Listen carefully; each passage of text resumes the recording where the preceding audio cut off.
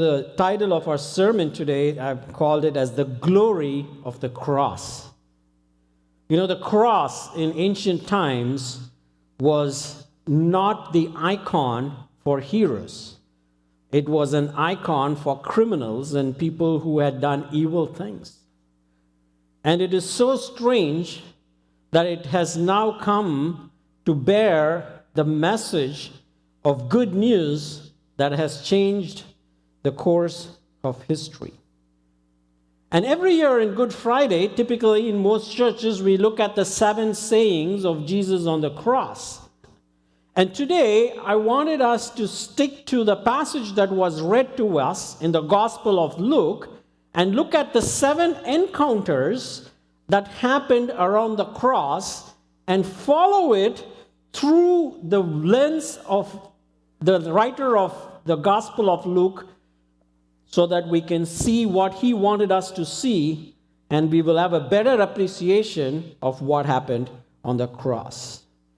And we can see that Luke shines a spotlight on these 7 encounters, that some of which are there in the other Gospels, but it really comes alive in showing us the glory of the cross.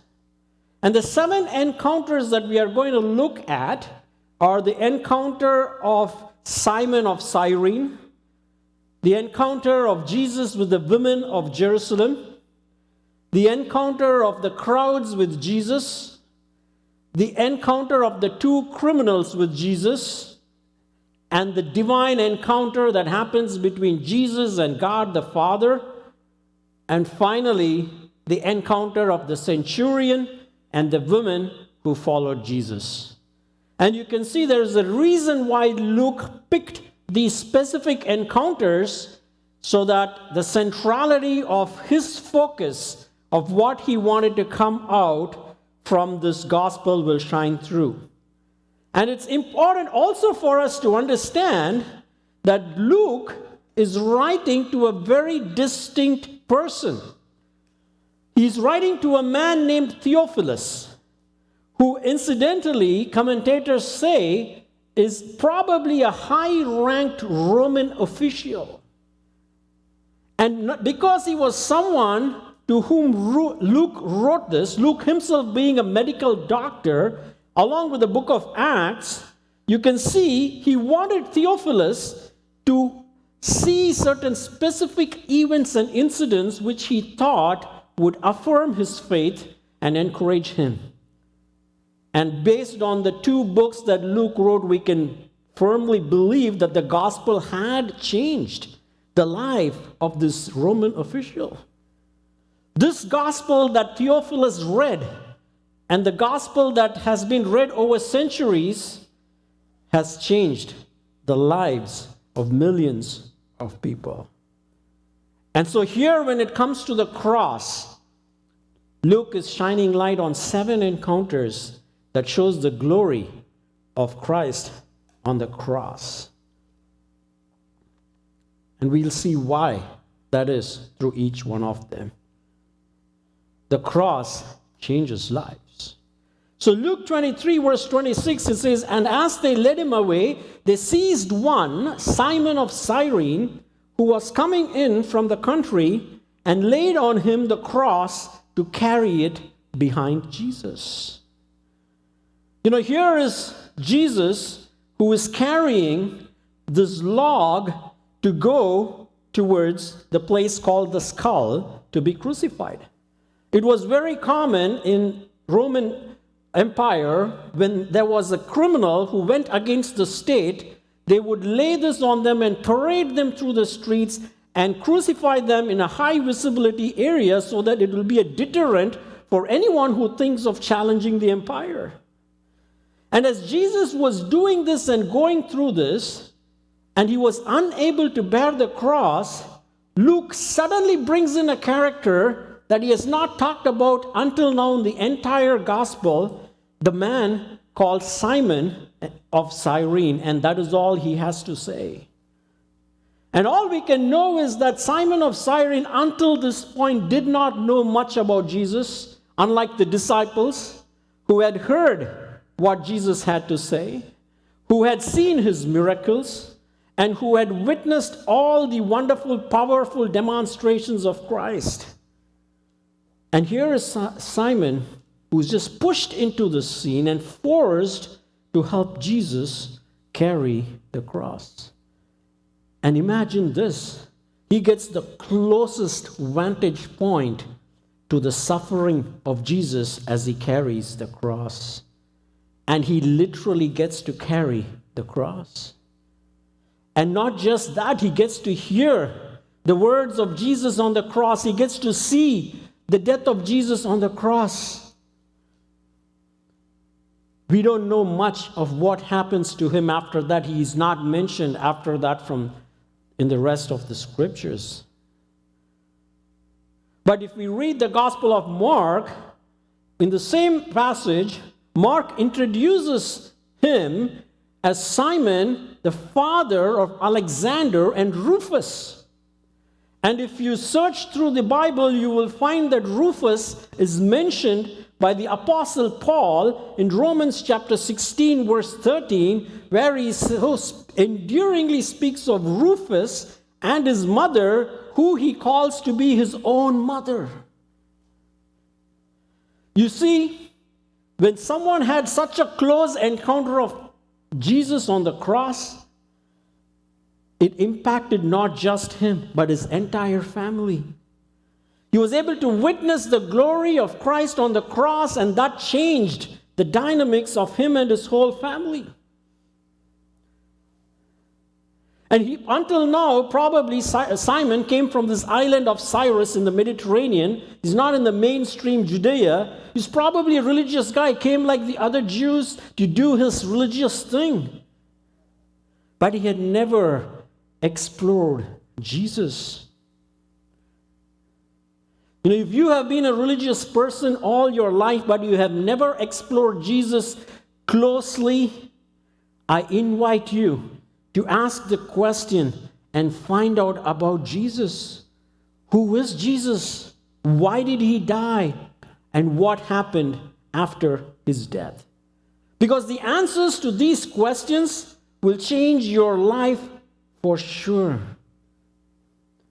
And here you can see from these brief mentions of him that Simon and his entire family found the love of God that pursued them at the foot of the cross. That's the glory of the cross. When you encounter it, it changes your life and that of your children and the generations to come. Secondly, you can see the cross challenges another group of people. The second encounter Jesus has is with a group of women. In verse 28, it says, "But turning to them, Jesus said, 'Daughters of Jerusalem, do not weep for me, but weep for yourselves and for your children. For behold, the days are coming when they will say, Blessed are the barren, and the wombs that never bore, and the breasts that never nursed. Then they will begin to say to the mountains, Fall on us, and to the hills, cover us. For if they do these things, then the wood is green. What will happen when it is dry?'" Jesus is giving an enigmatic response to them. You know, who are these women? There's usually, whenever someone was taken to be crucified, a group of women always followed the person who was taken to be crucified.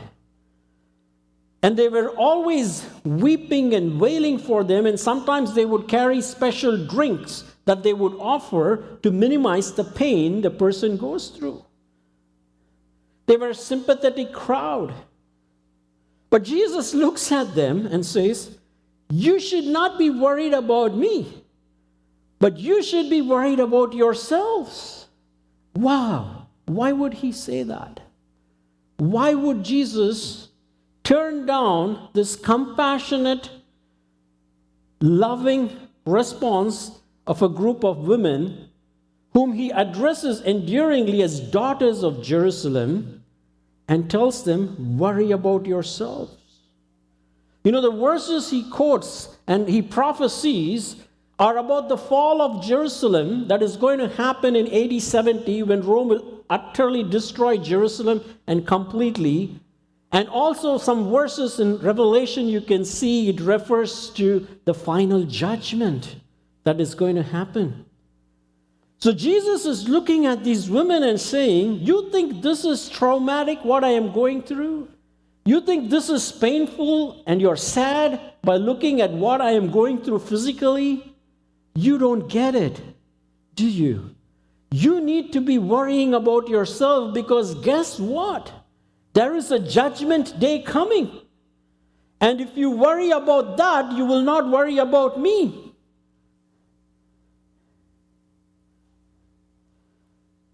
You know, sometimes we don't understand certain difficult experiences in life unless we go through it ourselves, right? You know, in the year 2004, I might have shared this before, there was a massacre called the Gatumba Massacre that happened in the borders of the nation of Congo. It was a group of 160 people who were sleeping in a refugee camp, were brutally butchered and slaughtered by a rebel tribal group. This was enmity spilling over from the times of Rwandan genocide in the 80s between Hutus and Tutsis, and this was another tribe called Kenyamalunge. And they were brutally shot down and they just sprang and were separated. And after several years, I think it was in the year 2008 or 2009, when we were in Boise, Idaho, you probably know Danny and Tracy, they work with trauma victims of war crimes. They and a few friends brought these victims from all over the U.S. together to remember the massacre and for the first time to grieve for the loss of their loved ones. We got to be part of that grieving prayer gathering. That was the first time some families were meeting each other. They could never have a funeral service, and the way they were grieving was by dancing with tears of sorrow. As we were watching that, and we felt so sad for them and so bad for them, and there was this 13-year-old girl who went up and was asking if anybody has seen her father, as she has been trying to find him and does not know if he is dead or alive. It brought tears in all of our eyes. It was sad, it was terrible, it was brutal. But it still didn't hit me and the others as hard because we never went through that ourselves and we never thought it's going to happen to us. We never thought we are ever going to be the subject of something so devastating like that. Until 3 years ago when I lost my brother-in-law, who was like my own brother to me. Though it was not in a very unjust way like that, the suddenness of it and the seriousness of that literally had an effect that I'm grieving till today. You see, unless we realize that this is something that is going to happen to me, we are not going to comprehend the intensity of it. And Jesus is saying, you need to not worry about this. You need to be worrying about the judgment day which is coming, because on that day, God's wrath is going to be declared against all humanity, against everyone who has not reconciled to Him. And the only way to stop that is for me to go through this. Because you see, our God is not only a God of love, but He is a God of justice and wrath as well. Because He cannot tolerate sin.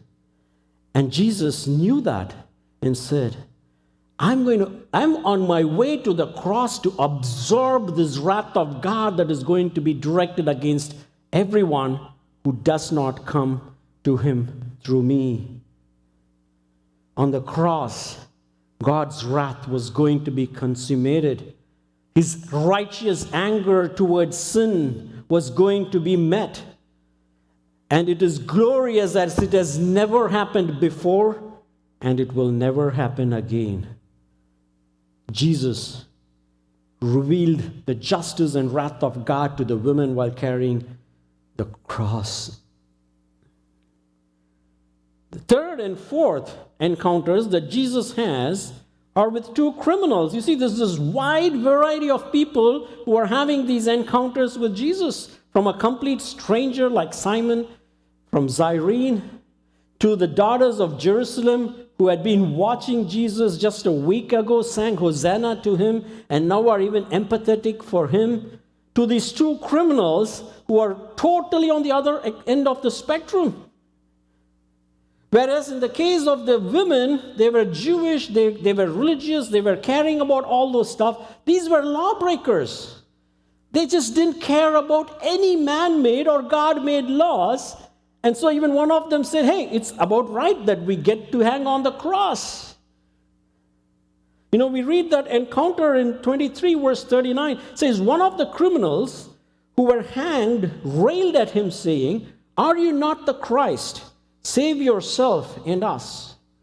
But the other rebuked him, saying, do you not fear God, since you are under the same sentence of condemnation? And we indeed justly, for we are receiving the due reward of our deeds, but this man has done nothing wrong. And he said, Jesus, remember me when you come into your kingdom. And he said to him, truly I say to you, today you will be with me in paradise.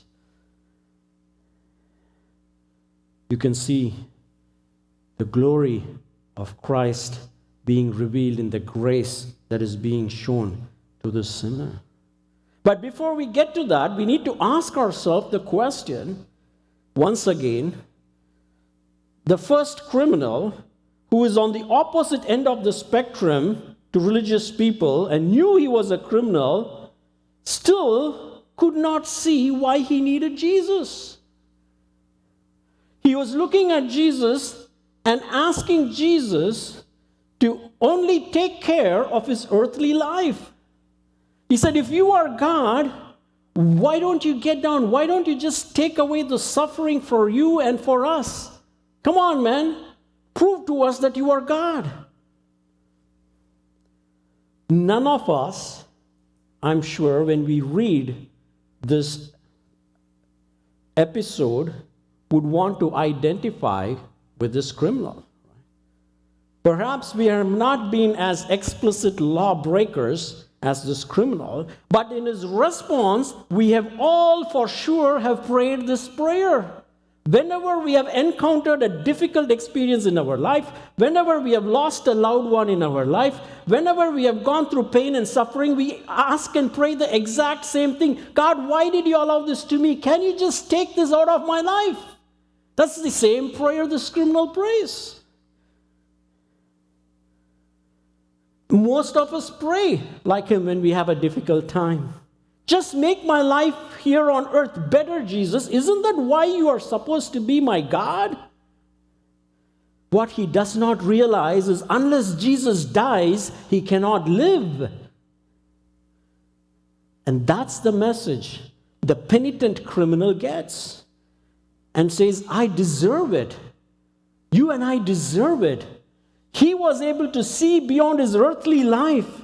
He was able to say, it's okay if my physical life dies, but I want my soul to live with you, Jesus, as he saw what Jesus was saying on the cross. And instantaneously, he receives grace.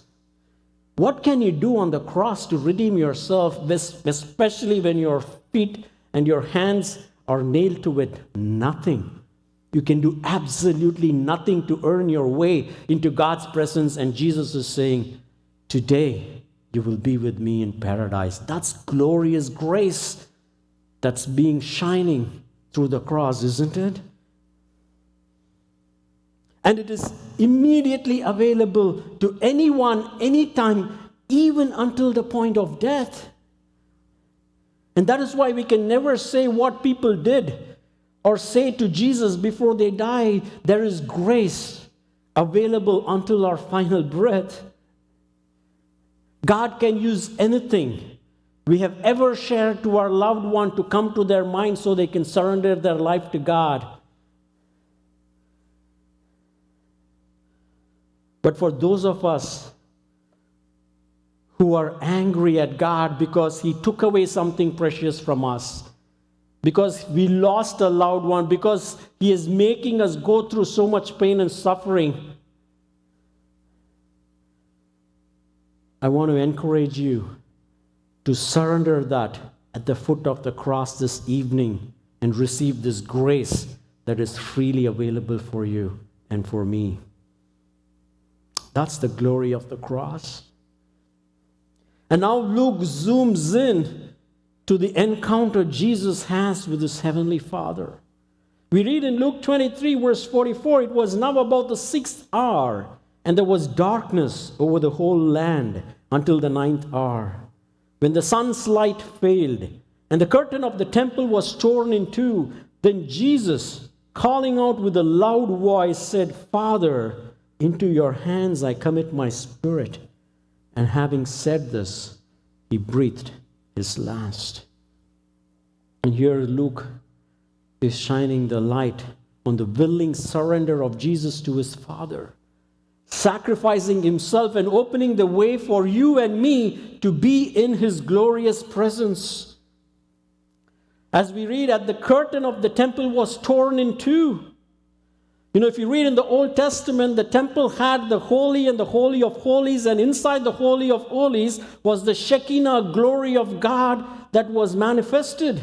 And no one could enter in except the high priest, and they had this veil that was covering it.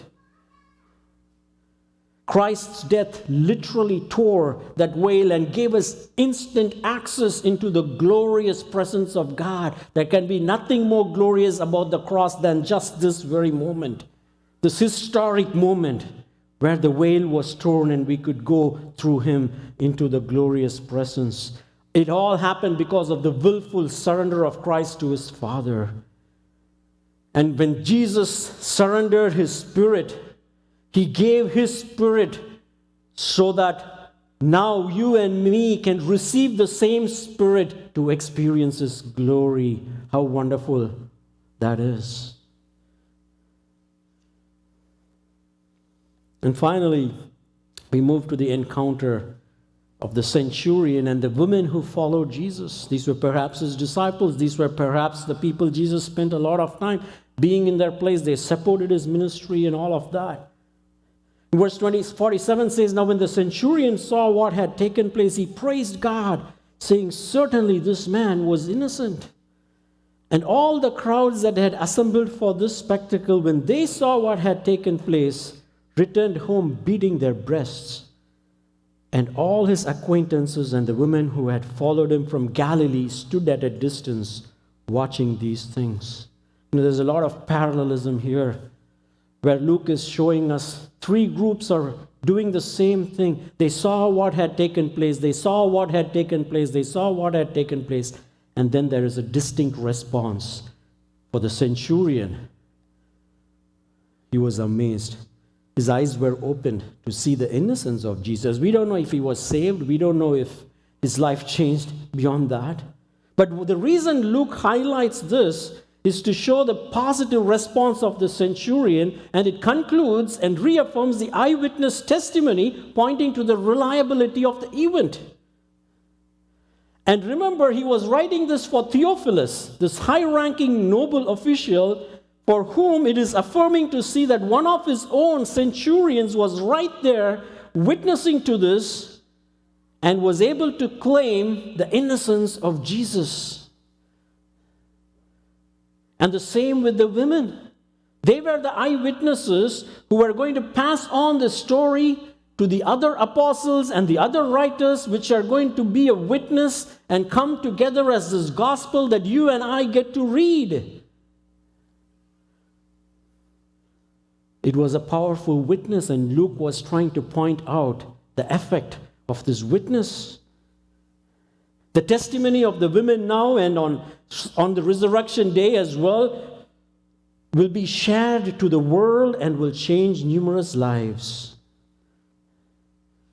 That's the other wonderful thing that happened at the foot of the cross. For people who saw it and who went and started proclaiming and witnessing it, so that you and I can sit here today and read about it and have our lives blessed. That's another glory of the cross. Simon and his family found love at the foot of the cross.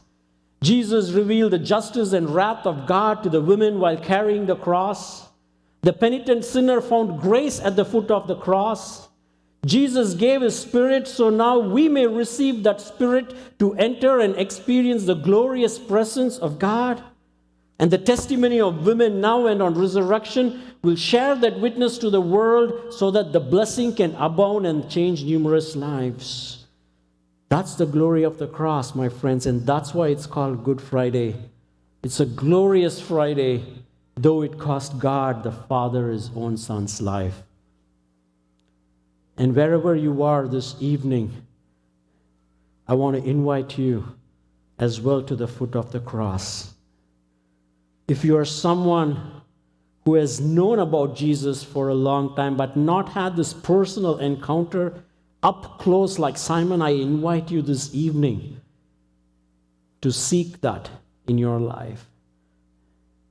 If you are someone who has never thought of God as a God who is holy and therefore cannot tolerate sin, and his wrath is pointed to you and me, and you've only looked at God as a God of love, this is a wake-up call for you to come and surrender your life to Jesus and tell him that you deserve his wrath and thank him for absorbing it on the cross for you and me.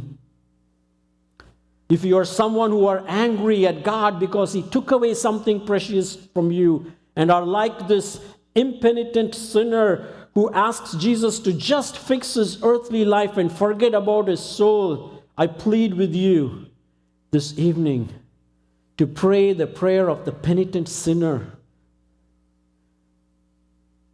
so that you can find grace right now, this moment in your life.